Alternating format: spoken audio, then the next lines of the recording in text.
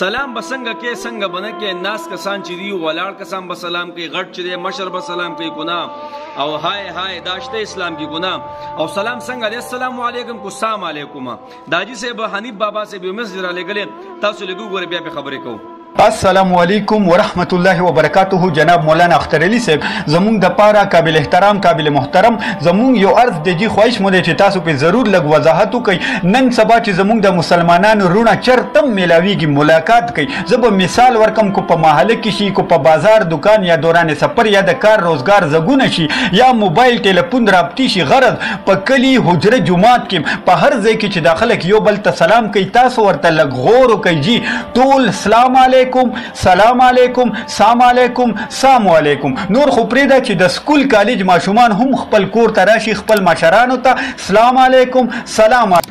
تاسو جناب خبر واورېدل نن سبا زما استاد معاشره کې دا سلام نه دا مکمل ختم شوی دی او حدیث مبارکو کې راځي البادی بالسلام بری من الکبر څوک چې په سلام کې وړاندېواله کوي وړاندېواله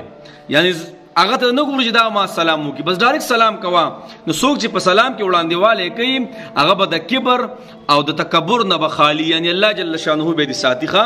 او کبر دا ډېر لوی خطرناک عظیم جرم دی دا د الله صادر دی او څوک چې تکبر کوي نو الله یې من خپل صادر راکاږي نو دومره خطرناک خبر ده او صحابه په خپل منځ کې سلام دومره عام کړي او دومره عام کړي به حنیف سے ډېر خسته مې چې تاسو ماته وکړو الله مړه خوشاله ساتي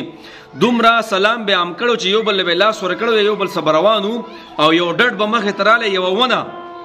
یو ونه به مخې تراله او دا به دوانه دوی داسې ورلل او هغه ونې نه به داسې یو دې سیټ ته وړه یو دې سیټ ته بیا چې به هغه سیټ ته راتاو شو نو بیا به وي السلام علیکم ورحمت الله نو سلام بس کې سلام نبی صلی الله علیه وسلم فرمایي عام کوي ګوره مونږ تاسو وایي سلام علیکم ملکه سلام څه دی نبی علیه السلام دې کسراله او داسې سلام ورته وکړو نو نبی علیه السلام ته دا ونه چې وعلیک السلام نه وعلیک پتا دی می عائشہ صاحب تپوس کوي چې دا یو بیماری ده نبی اسلام ته هم فرمایلا چې ما متهم کا جواب ورکو چې تا ماته وی پتا دی بیماری نو ماته ته چې پتا دی بیماری نو جواب مې ولا ورکو نو جناب د ټولو نمخ کې څه کوي دا جوخ سلام چې کې جوخ کنا السلام علیکم ورحمت الله وبرکاته دام بکی وای لس نکی په الله درکې 30 نکی دی په سلام بیا نو جوخ سلام چې وی کنا نو اریو بیا خیر سلام علی امون چې السلام علیکم علیکم السلام علیکم سره لکه مضبوط لک ټیټ سلام پکار دی بل دا خبره زمون په معاشره کې چې کله موت یو بل مخې لور شو داسې زم شوی دی یو وی السلام علیکم ابل به مو ته السلام علیکم اې د الله بنده ته داسې کې